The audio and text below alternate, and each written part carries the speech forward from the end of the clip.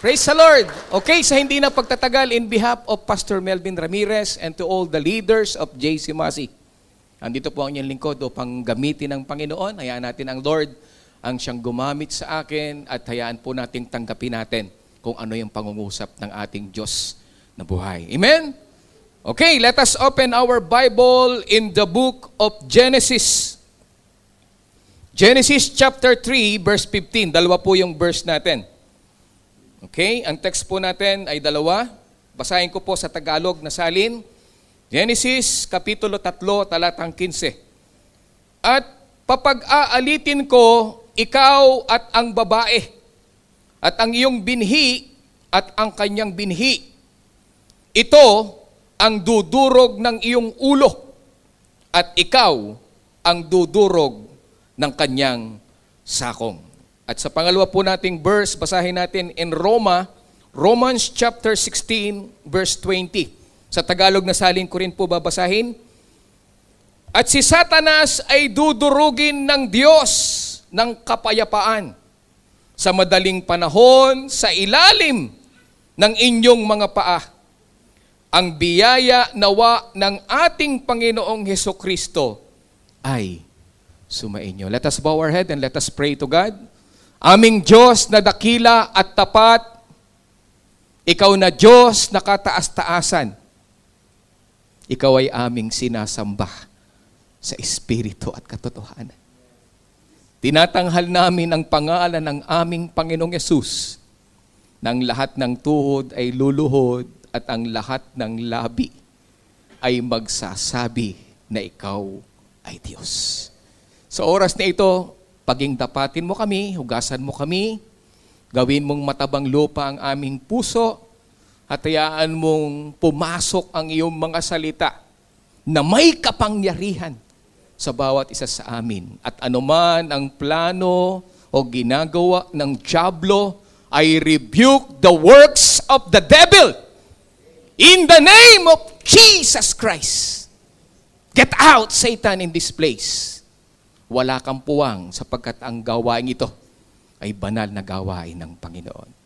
And we claim the victory, Lord, because we ask this in the mighty name of our Lord Jesus Christ, we pray. And everybody says, Amen and Amen. Palakpakan natin ang Panginoon.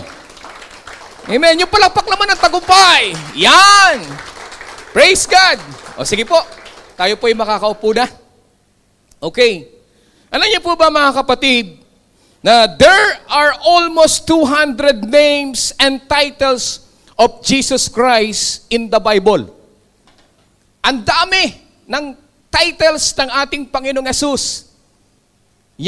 Yung name niya pertaining to Jesus, ang dami po, almost 200. At makikita natin, ayan, almost Emmanuel, God with us, Mighty One, Alpha and Omega. Ayan pa, tingnan pa po natin. Ayan, Jesus is the truth, Jesus is the Redeemer, He is I am, God. Ang dami pong katawagan sa ating Panginoon pertaining to Jesus. Ang dami, mga kapatid. At alam niyo po ba, even the 99 names of Allah, with the meaning in English, is pertaining also to Jesus. Katulad lang po nito, mga kapatid, the King. Jesus is the King. The most holy. Holy rin ang Panginoon. The light. The bread. The shepherd. Almost 99 names of Allah is pertaining also to Jesus. Di ba kayo nagtataka nun? Mas marami pa ang Panginoon. It's almost 200 names and titles of the Lord Jesus Christ. At alam niyo po ba, there are a lot of beautiful names for Jesus, but none of this is the first name given to Jesus in the Bible. Sa dinami-dami po ng titles and names ng Panginoon, ang pag-uusapan natin ngayon ay isang kataga o pangalan ng Panginoon na hindi minsan natin sumasagi sa isipan natin. The first name given to Jesus, brothers and sisters, at the beginning of the world is not very well known. Hindi masyadong kilala. Samantalang ito ang kauna-unahang pangalan na dapat i-prophecy o i-prophesy sa Kanya. That's why our title for this morning is entitled, The Snake Crusher. Tumapak nga tayo. Durugin natin. The Snake Crusher, mga kapatid. Ang dudurog sa ulo ni Satanas o the snake. First, what is the origin of the snake crusher? Alam niyo po ba kung saan nagmula ang snake crusher na to? Or the snake crusher? First, the Garden of Eden is, we know that it is perfect. Even Adam and Eve, they are perfect. Pag sinabing perfect, walang kasalanan, walang bahid ng anumang karumihan, and they are almost there in the Lord. Walang ibang problema. Kagawin lang nila kumain, mamasyal, at mabusog. God gave them just one command, brothers and sisters. May iniutos lang ang Panginoon sa kanila, and that is only one command. Ano ang sinabi ng Panginoon in Genesis chapter 2, verse 15 to 17? Tingnan po natin. Inilagay ng Panginoong Yahweh ang tao sa halamanan ng Eden upang ito'y pagyamanin at pangalagaan. Sinabi niya sa tao, walang iba kundi si Adan, makakain mo ang alinmang bungang kahoy sa halamanan. Verse 17, maliban. Take note, the word maliban sa bunga ng punong kahoy na nagbibigay ng kaalaman tungkol sa mabuti at sa masama. Huwag na huwag mong kakainin. Huwag na huwag mong kakainin ang bungang iyon sapagkat sa araw na kainin mo iyon ay ano? Mamamatay ka. Amen? So that commandment or the command of the Lord is very easy kung makikita natin. Ano sabi niya doon?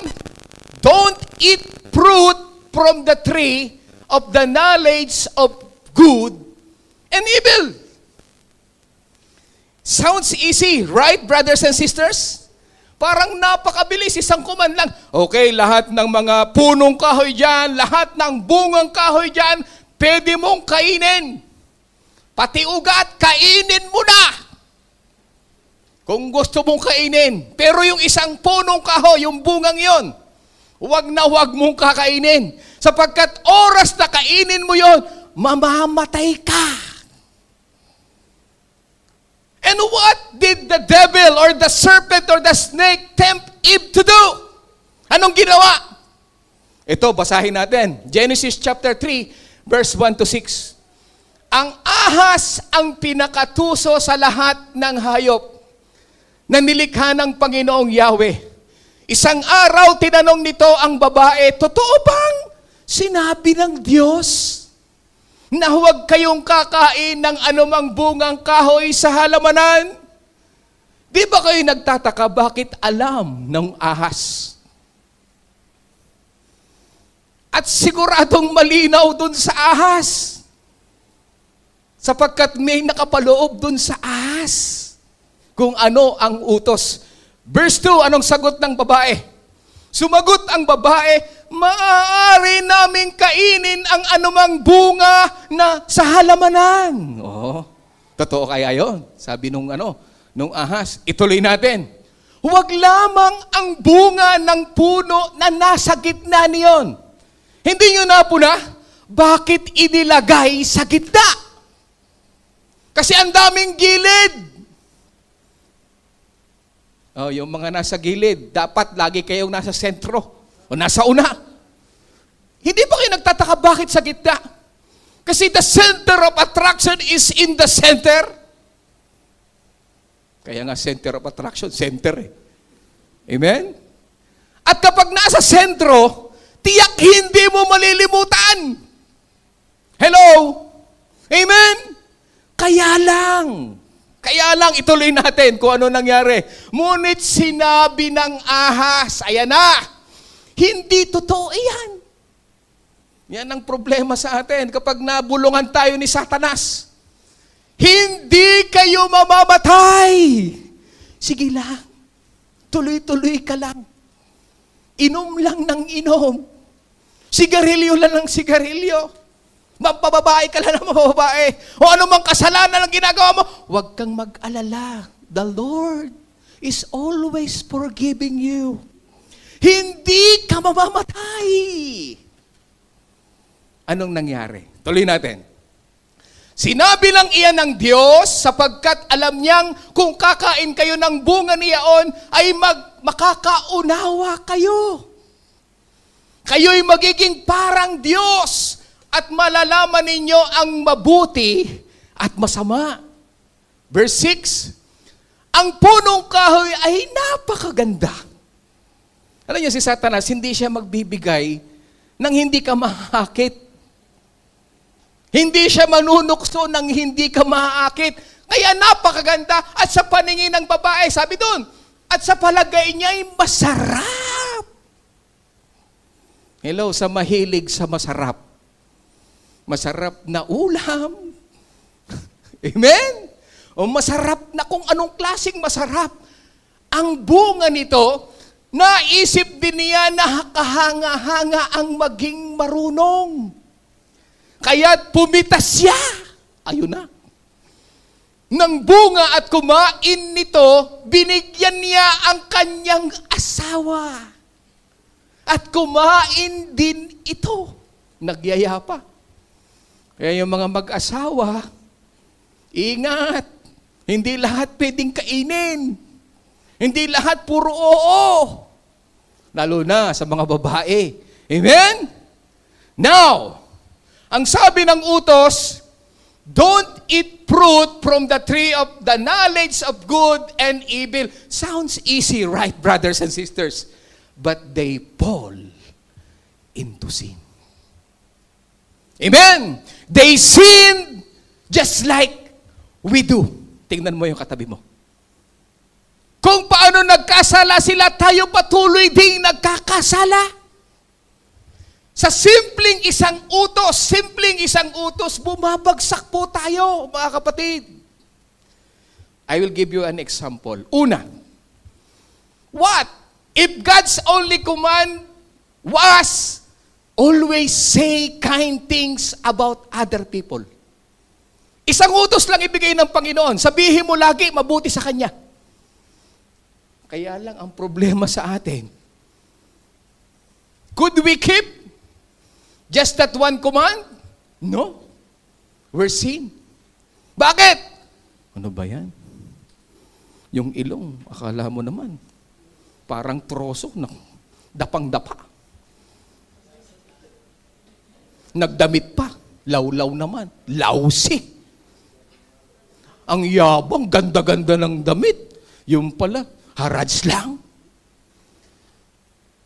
Alam niyo, ang sarap magbigay ng mabuting salita, kaya lang kung minsan sa tao, isang utos lang, magsabi ka na magaganda sa tao. Kaya lang bagsak tayo kung minsan eh. Amen? Kahit nakikita natin, uy, ang payat niya. Parang ting-ting. Ang taba niya. Pero alam nyo, malimit tayong bumabagsak sa isang utos lang. Isa pang example. What if God's command was always be content with what you have? Makontento ka. Ano yan? Itlog na naman? Manok na naman? Tuyo na naman? Tuyo na naman? We're not contented, brothers and sisters. Kung ang utos ng Panginoon, makontento tayo kung ano tayo. Pati nga yung ilong na pango, pinatatangos. Yung labi na manipis, pinakakapal.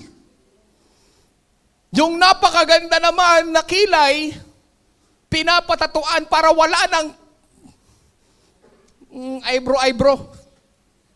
Hindi kontento ang tao. Just only one command to be content, but we are not contented, brothers and sisters. That's why Ang tanong doon, could we keep just that one command? The answer is no. We're sinful, brothers and sisters.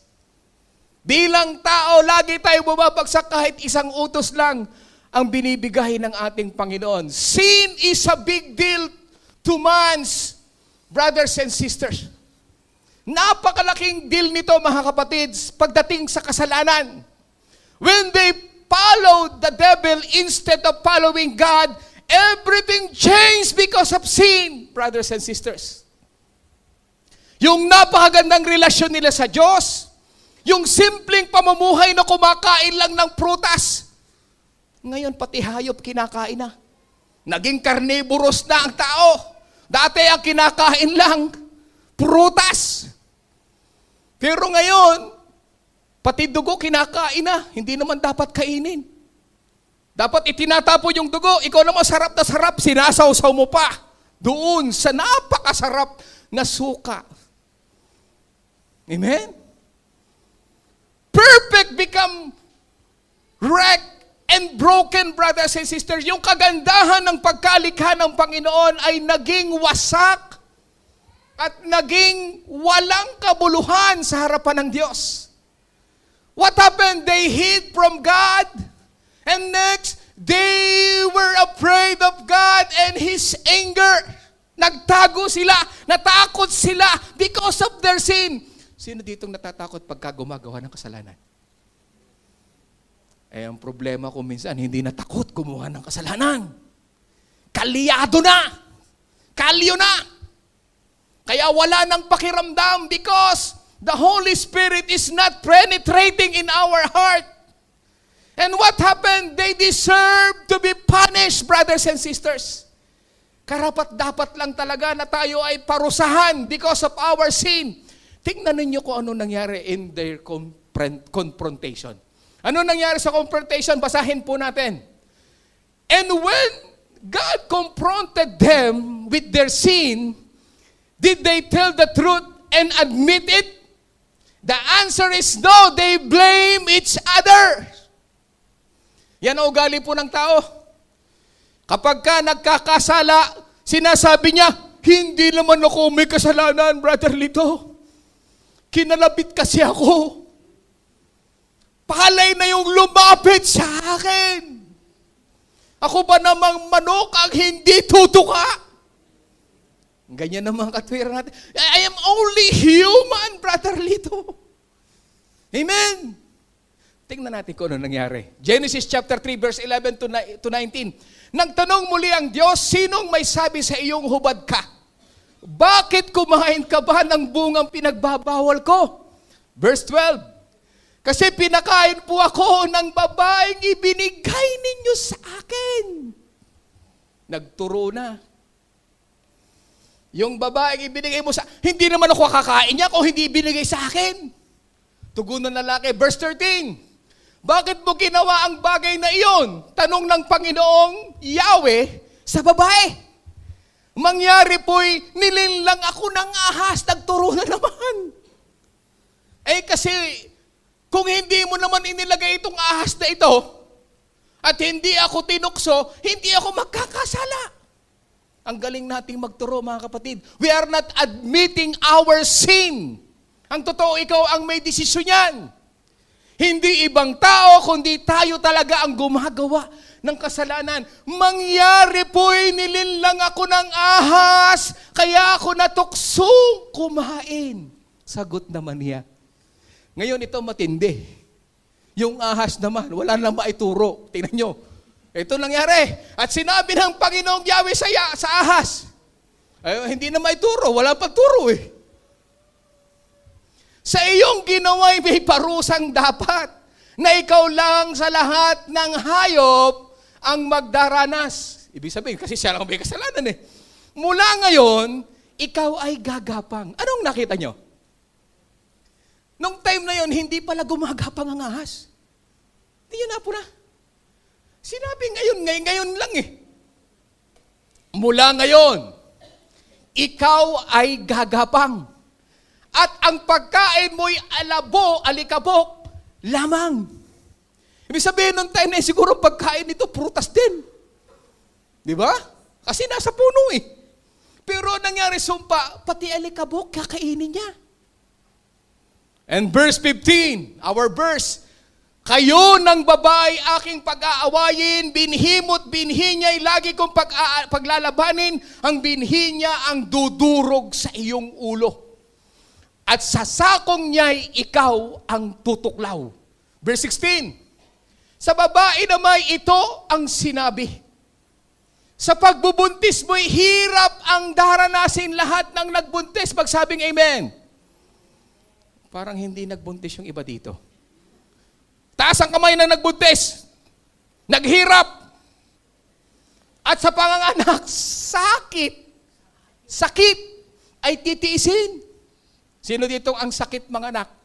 Kahit pa sinasabi yan ay cesarean. Ang sakit pa rin, di ba?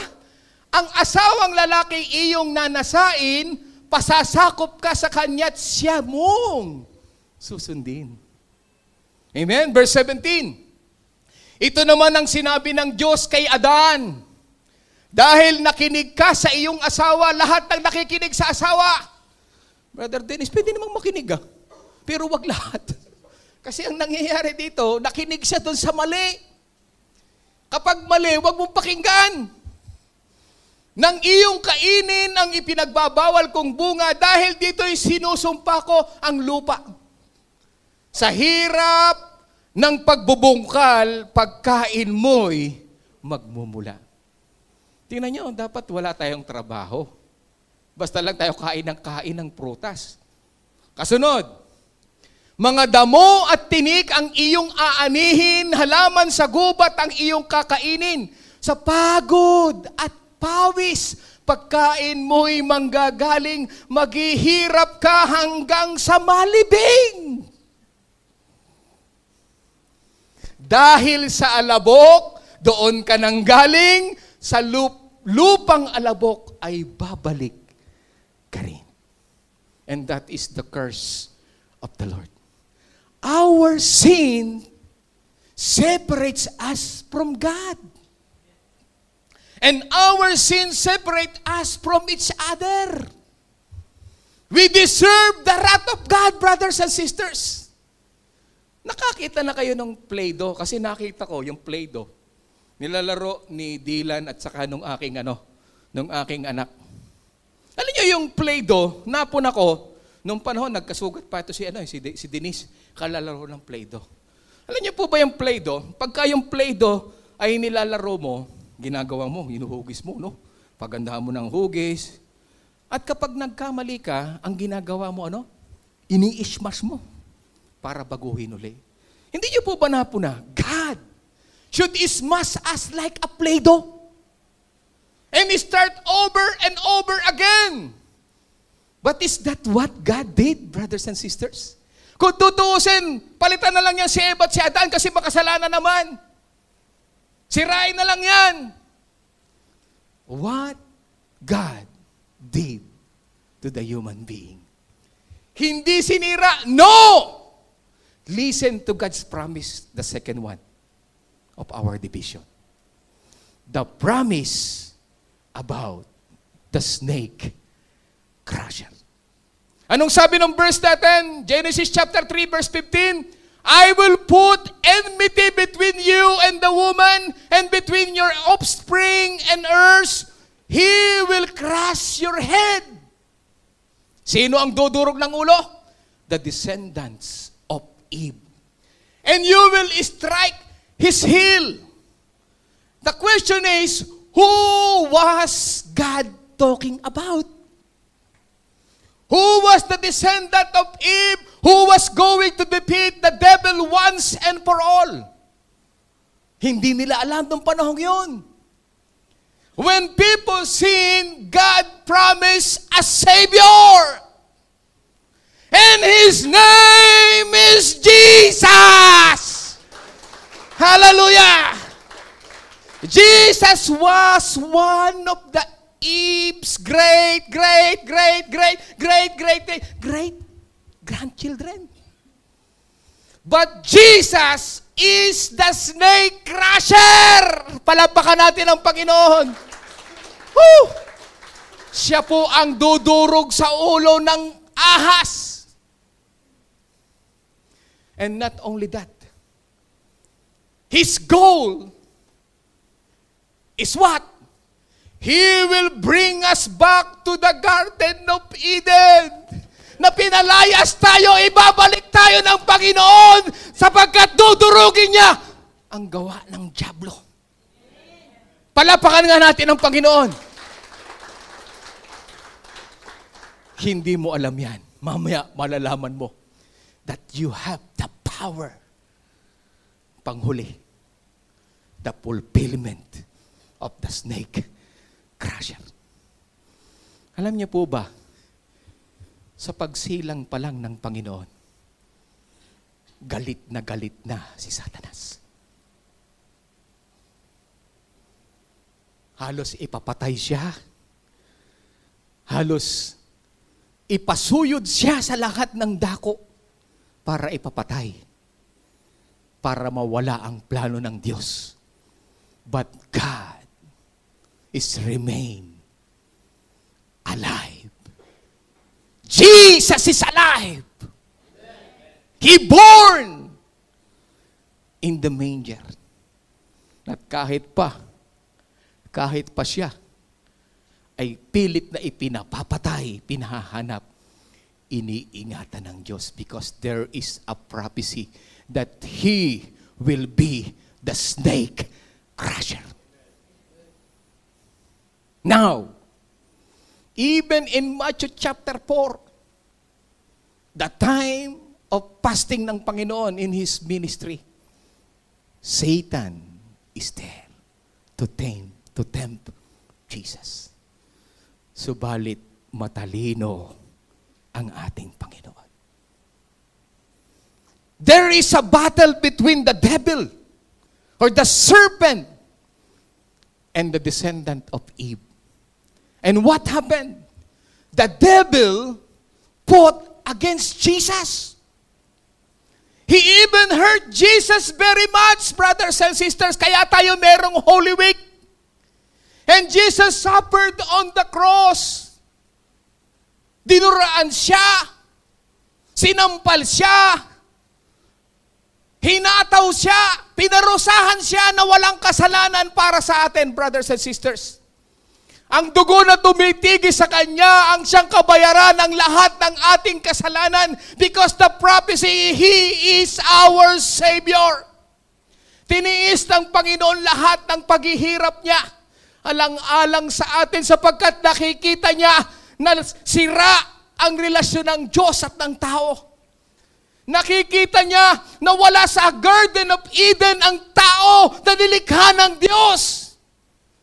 That's why His goal is to bring us back in the Garden of Eden. But there is a battle. There is a battle between the devil and Jesus. Ang akala ng devil, nagtatagumpay siya. Pero bago siya mamatay, anong sabi niya doon sa kanan na nasa krus? Anong sabi nung nasa kanan na magnanakaw? Panginoon, alalahanin mo ako kapag naandun ka na sa paraiso. And the Lord said to the thief on the right, truly I tell you, today you will be with me in paradise. Hallelujah! The first time that one bring back in the Garden of Eden is the thief on the cross. Hindi matuwid, hindi siya perpekto, siya'y makasalanan, pero nung humingi siya ng tawad at inamin niya na kailangan niya yung Savior, pinakinggan siya ng Panginoon, I want to bring back in the Garden of Eden. And the Lord listened to that request, brothers and sisters. At alam niyo kung anong nangyari? On that day, pagkamatay ng Panginoon, kinasama niya ang thief on the cross. At dinala sa paradise. Nakasama sila Abraham. Kasama sila Noah. kasama lahat ng nag-iintay sa pangako ng Panginoon. The question is, are you willing to go to the Garden of Eden? Hindi mo kaya. Isa lang ang tutulong sa iyo para makapasok ka sa Garden of Eden, and His name is Jesus, the snake crusher, brothers and sisters. Hallelujah. Nabuksan ang garden. Nabuksan ang paradise for us, brothers and sisters. Ibinalik niya ang lugar natin tunay at perpekto. And you know what, brothers and sisters? Nag-iintay din sa iyo ang lugar na ito. Nag-iintay din sa atin. At alam nyo, nung nakatanga o nakatunghad itong si Satanas, the devil, the snake, on the cross of Calvary, narinig niya ang sinabi ng Panginoon. Anong sabi ng Panginoong Yesus? My God, why have you forsaken me? Ama ko, bakit mo ko pinabayaan? Tuwang-tuwa si Satanas. Ayan na! Talunan ka na! Humahanap ka na ngayon ng tulong. And when Jesus died on the cross, He said, it is finished! Wow! The devil thought he won the battle. Patay na! Patay na ang aking kalaban! Dinurog ko na! But the devil didn't win, brothers and sisters! He didn't win. Why? Because Jesus rose from the dead. Nabuhay siyang muli. Hindi siya nanatiling patay. Nanatili siyang buhay. At siya yun, pangako ng Panginoon. When Jesus rose from the dead, He crushed the devil and his power. Dinurog niya ang gawa ni Satanas. Hindi niyo po ba alam kung ano ang purpose ng snake crusher? Jesus came to defeat the devil. Kaya kung lagi kang talo sa labanan sa devil, isipin mo, pinagtagumpayan na ito ni Kristo. Bakit hindi mo palakpakan ng Panginoon? Hallelujah! Oh, Jesus! The snake crusher. And what is purpose? To defeat the devil. Ano sabi ng 1 John chapter 3 verse 8? For this purpose, the Son of God was manifested, that He might destroy the works of the devil. Gusto niyang sirain. Gusto niyang durugin. Gusto niyang tanggalin ang pagtatagumpay ng dyablo sa buhay mo. Brothers and sisters. Amen. Ano pang sabi ng verse natin? Romans 16:20. And the God of peace will crush Satan under your feet shortly. Makikita mo na talagang dudurugin ng Panginoon ang gawa ni Satanas. The grace of the Lord Jesus Christ be with you. Amen. I know. It doesn't look like the devil is defeated. Sa panahon ngayon, parang hindi siya talunan. Kahit pa nabuhay na magmuli na ang ating Panginoon. Why? Because there are still so many temptations. Di ba? Ang dami mong tukso. Parang hindi naman natalo ng Panginoon ang dyablo. There is so many temptation, brothers and sisters. Pagdating ng temptation dito, temptation doon, iba't ibang klaseng temptation ang ginagamit ng dyablo para pabagsakin ka. The devil is so often seems to win. Para bang tingin natin sa nangyayari sa mundong ito, para bang tagumpay ang dyablo. Sapagkat ang buong sangkatauhan ngayon, puro kasamaan ang laganap sa mundong ito. Iba't ibang klaseng patayan. Iba't ibang klaseng immoralidad. Iba't ibang klaseng krimen ang makikita natin. And we thought the devil was won. But brothers and sisters, I tell you the truth and nothing but the truth. Hindi pa tapos ang Panginoon. Kaya pa niyang papagtagumpayin ang bawat mananampalataya kung tayo'y magpapasakop sa Kanya. Amen! Kung nakikita natin ang buong mundo ngayon punong-puno ng pandaraya at panunukso ng diablo, but one day soon, brothers and sisters, you're going to see the truth. And what is the truth? On the judgment day, you will clearly see how God crushed Satan under your feet, brothers and sisters. Hallelujah! May takdang panahon para lalo pang durugin ng Panginoon itong diablo na ito. Ang matandang ahas na ito. At hindi niyo po ba alam na ang snake crusher ay tapos na sa kanyang misyon? Hello. Tinapos na niya. It is finished on the cross. And He rose again. But you, tingnan mo katabi mo, being a follower of Christ, He passes into us the authority of being a snake crusher. Ipinasa na sa'yo. Bakit hindi ka masaya? Kaya mo rin durugin ang gawa ng diablo sa buhay mo. Anong sabi ng Mark chapter 16 verse 17 to 18? And these signs will follow those who believe in the name of Jesus. You believe in the name of Jesus. You follow the gospel of Christ in my name, in Jesus' name. They will cast out demons.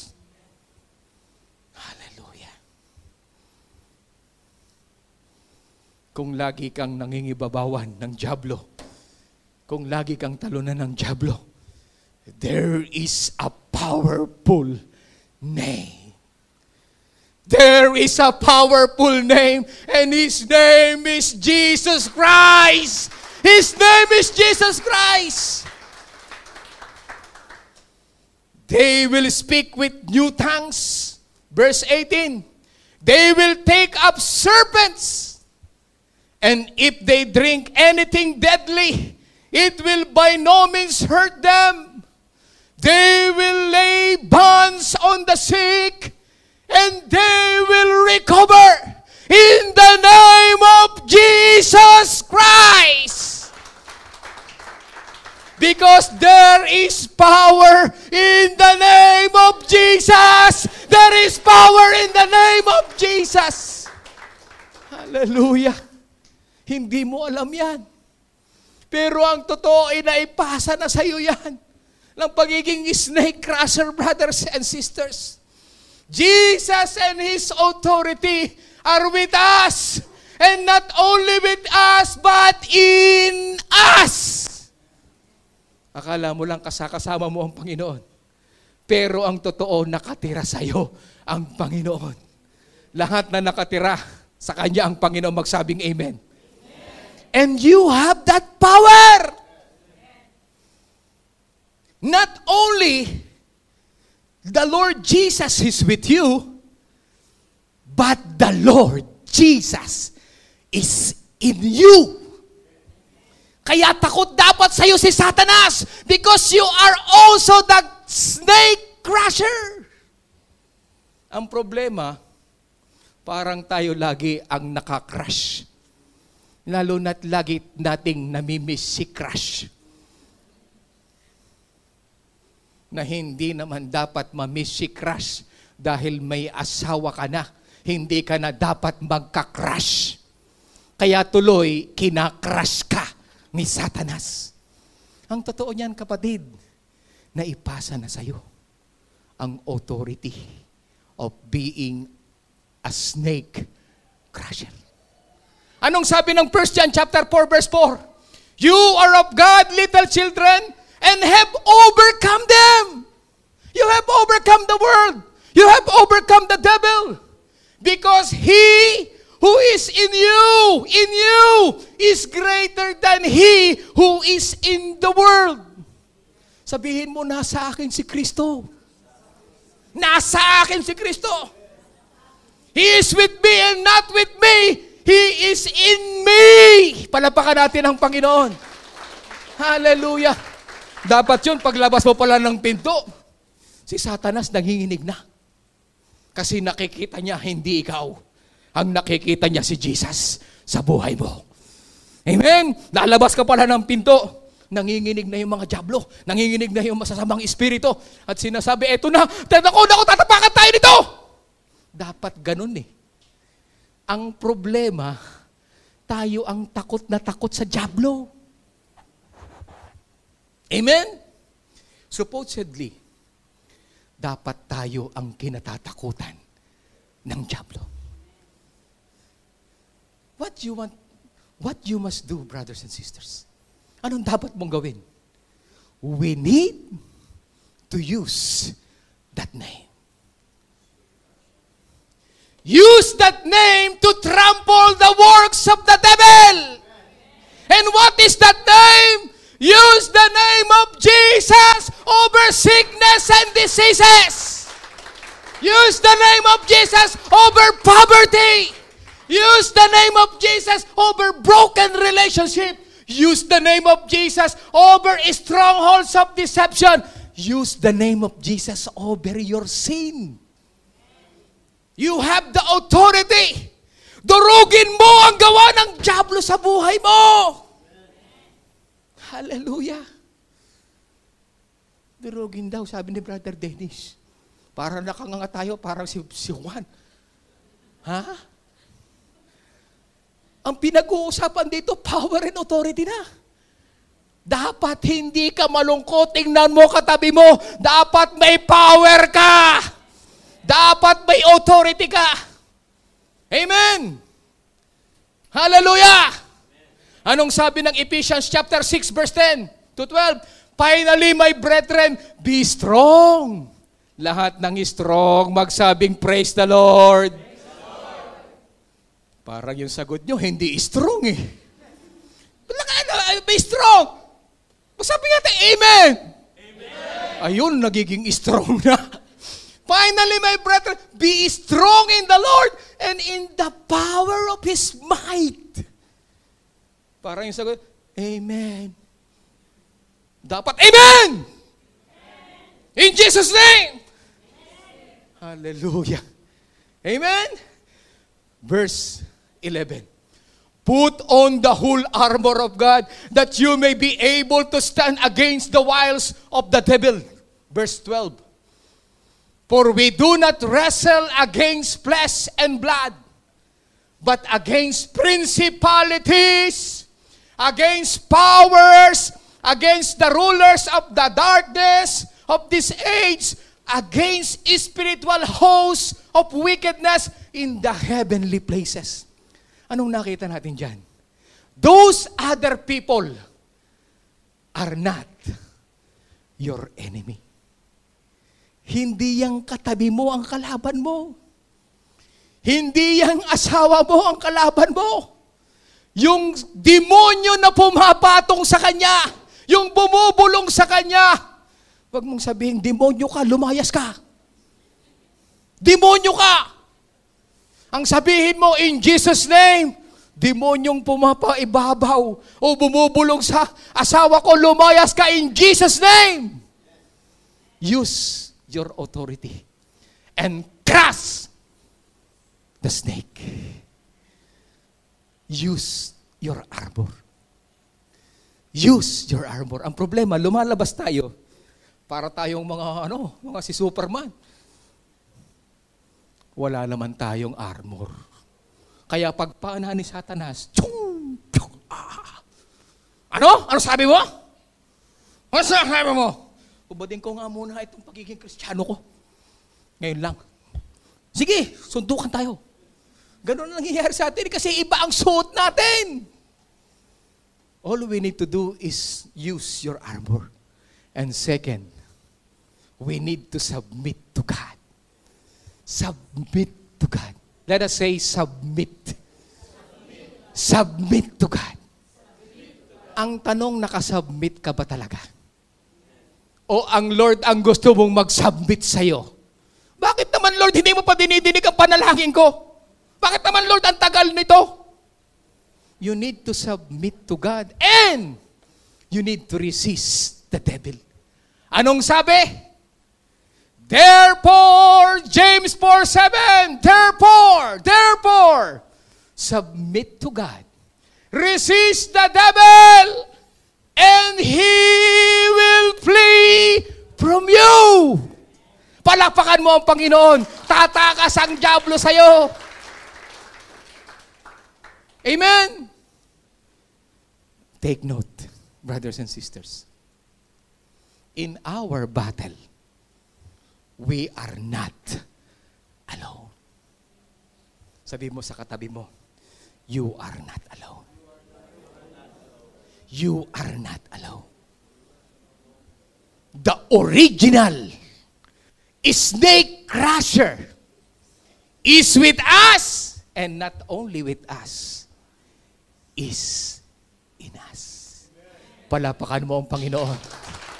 Sabi mo sa katabi mo, you are also the snake crusher. Anong sabi ng Panginoon? Matthew 28 verse 18. And Jesus came and he spoke to them saying, anong sinabi niya sa mga alagad niya? All authority, not some of the authority, but all the authority has been given to me in heaven and on earth. The name of Jesus, the authority is in the name of Jesus. All the authority in heaven and on earth. At anong sabi niya? Go, therefore, make disciple all the nations. At anong sabi niya in verse 20? Teaching them to observe all things that I have commanded you. And lo, I am with you always. Not on the times of blessing. Not on the time of happy times.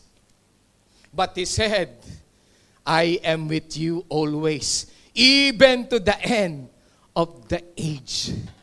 Amen. Alam niyo kapatid, the Lord Jesus is with us right now. Anong sabi ng Panginoon? Matthew 18:20, 2 or 3 gathered in His name, He is in the midst of us. Brothers and sisters, ngayong umagang ito, siguro naman alam mo na that you are called the snake crusher. Ilang beses ka nang natalo sa dyablo? O lagi ka na lang talo sa dyablo? Hindi mo ba alam ngayong oras na ito, panalo tayo sapagkat ang the original snake crusher is with us, and not only with us, but in us.